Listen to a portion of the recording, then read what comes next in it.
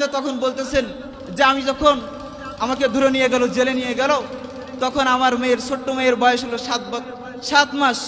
এরপর আমি যখন জেল থেকে আসলাম তার বয়স হলো 3 বছর। তো এই 3 বছর যখন আমি জেলে ছিলাম, তো জেলে থাকার পরে অনেক, তিনি জানেন যে জামাত ইসলামী করেন, তো জামাত ইসলামীর অনেক নেতাকর্মীরা তার পরিবারের সাথে দেখা করতে গেল। তো ওই সময় সব উলামায়ে কেরাম তিনি আঙ্কেল বলতেন ওই ছোট্ট সন্তানরা। তো আমির হামজা সাহেব যখন তিনি বাড়িতে গেলেন, তো তার ওই ছোট্ট সন্তান, তার 3 বছর বয়স হয়ে গেছে, এখন এসে বলতেছেন আঙ্কেল।